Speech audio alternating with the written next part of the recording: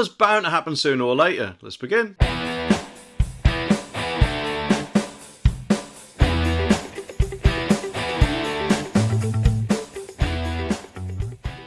Now, can anyone remember back in August when all this ULEZ crap started off? It was basically forced down our throats that if we don't start to buy more environmentally friendly cars, we'd soon have to cough up £12.50 a day. So it's no wonder that people weren't happy about it, especially as it surely hits the poorest the hardest.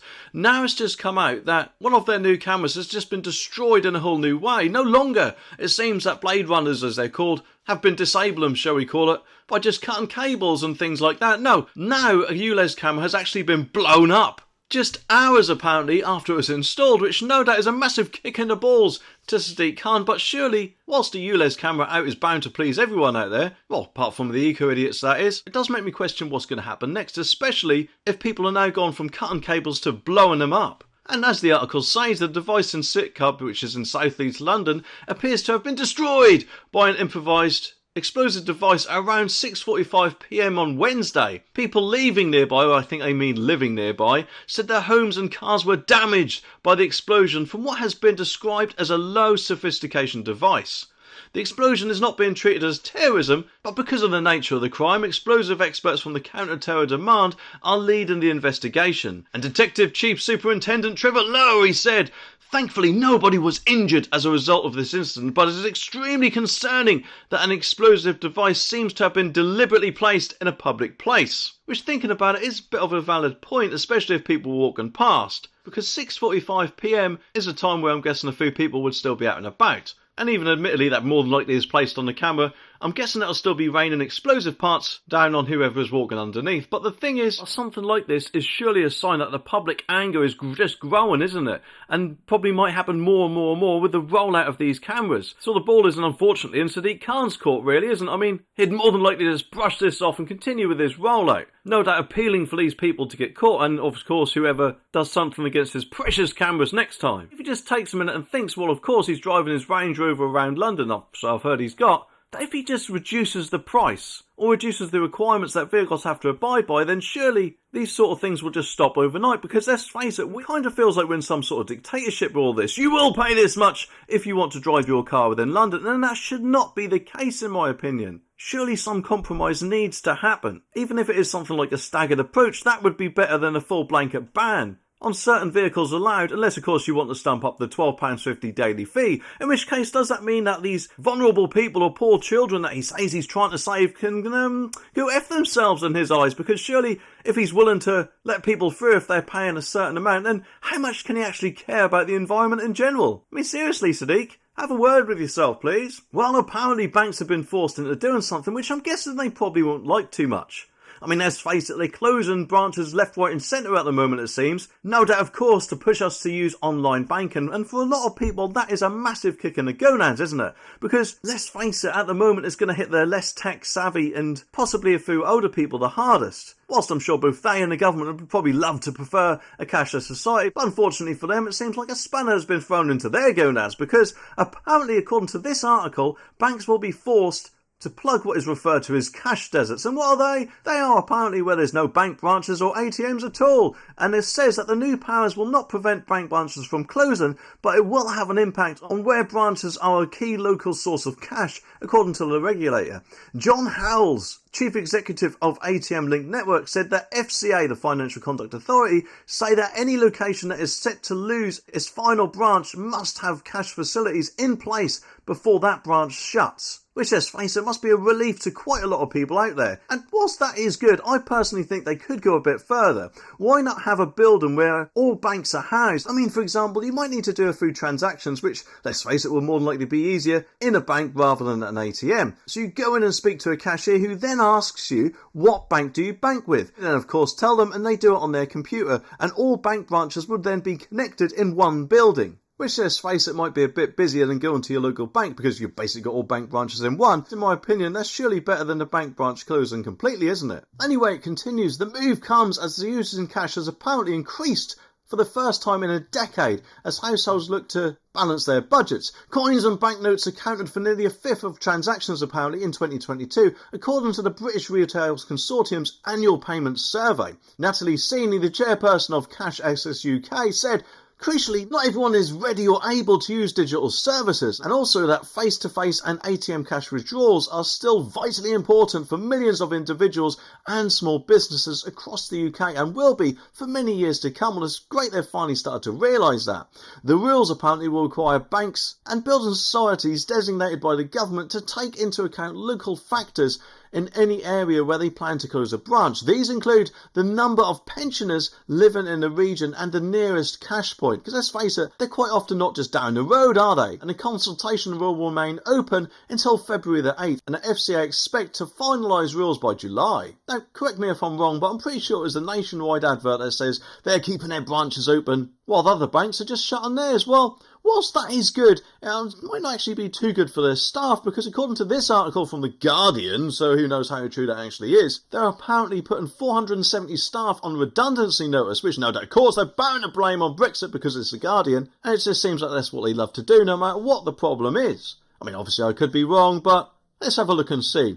It says the Nationwide Building Society has told nearly 500 staff that they are at risk of redundancy just weeks before the Christmas holidays. Well, isn't that a lovely Christmas bonus for them, eh?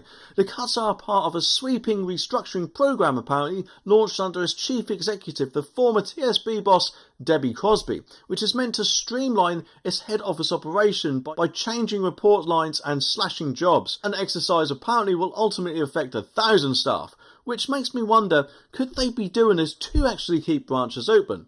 In which case, I mean, who knows, they could be like the BBC and maybe are a bit overstaffed. But it says that overall will mostly affect employees across the lender's chief operating office, retail operations and its mortgages and financial well-being division, with about 470 people expected to be at risk of being made redundant. But then again, it does look like they're getting tough with other staff, because apparently Natalie Crosby is also forcing Nationwide's 13,000 staff, particularly those who do not work in branches, to return to their office, rescinding a work from anywhere policy, which, to be honest, is right, isn't it? People should be returning to work normally. We're not in the pandemic work from home era anymore, are we? Whether people like it or not. I mean, I don't know about you, but I personally found it quite annoying when you had to ring a company up and you seem to spend ages on hold while you're waiting for someone to, I don't know, stop watching Netflix and actually answer the phone and get on with their job. So hopefully it will make them and obviously other companies more efficient and work properly if their staff are actually in the building.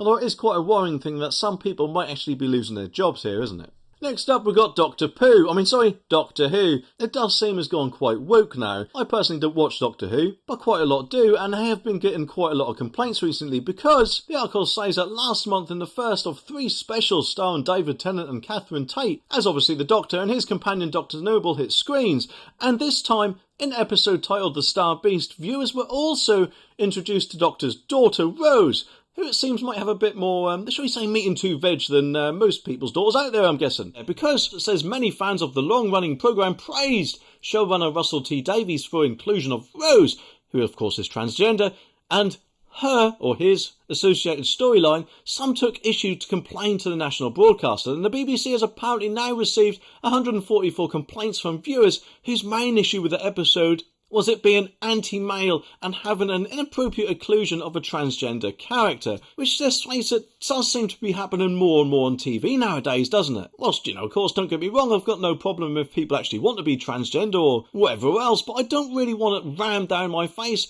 with every TV programme I see nowadays, and let's face it, that's the way it just appears to come across, especially if you've got young children who also watch that programme. Which, let's face it, might lead to 1 or 2 difficult conversations. However, in a statement to metro.co.uk, a BBC spokesperson said, as regular viewers of Doctor Who will be aware, this show has and will always continue to proudly celebrate diversity and reflect the world we live in. We are always mindful of the content within our episodes. Well, if you've got small children, then I'm guessing not. And sticking with the BBC, it looks like that we got a bit of a BBC boycott going on, not because of Doctor Who, no, but because of the TV licence fee increase, which admittedly isn't the £15 that it was rumoured to be. It's apparently now going to be £10.50, but that is still a pea taken amount in my opinion. Especially for people who don't actually want to watch the BBC at all and just want to watch either streaming or live TV, like a sports game on Sky Sports or whatever, but because of that live element, they've got to actually pay the BBC a TV licence fee, which now is going to cost them a tenner more. And let's face it, could buy you a few pints.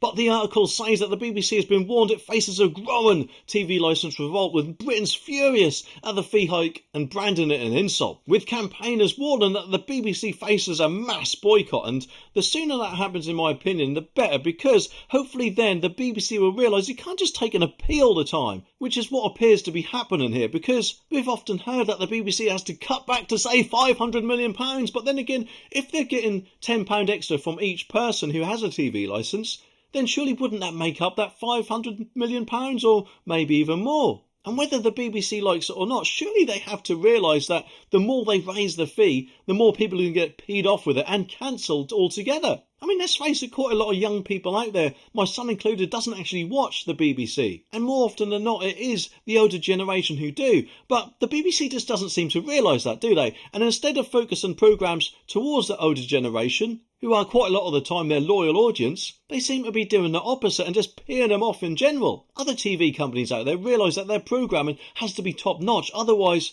people won't watch it and then they'll lose advertising revenue. The BBC surely needs to start thinking about things like that, because whether they like it or not, in 2027 when the Royal Charter ends, hopefully that won't get renewed. But then again, of course, if we've got a Labour government in, which is kind of looking quite likely, unfortunately, in my opinion, then I'm guessing that'll probably be a big sigh of relief for the BBC, who no doubt will cosy up to Labour even more than what they appear to do already, and will have no worry that their TV licence will be cancelled, because let's face it, I think if Labour get in, then the BBC will keep their outdated, in my opinion, TV licence. And the article also says the South East Cambridgeshire MP launched a funding review on Thursday, looking at whether the licence fee should be reformed so it's fair to fee payers and more sustainable to the BBC, and said on Friday that threatening to send people to jail, or prison as it's known in this country, for not paying the levy was something that she personally feels morally indefensible in modern times. And yes, to be honest, she's got a point, hasn't she? She's obviously the Culture Secretary. There is not one streaming company on earth that I know that if you don't decide to pay them, then you can actually go to prison for. I mean, in worst case scenario, if you don't pay Netflix or something like that,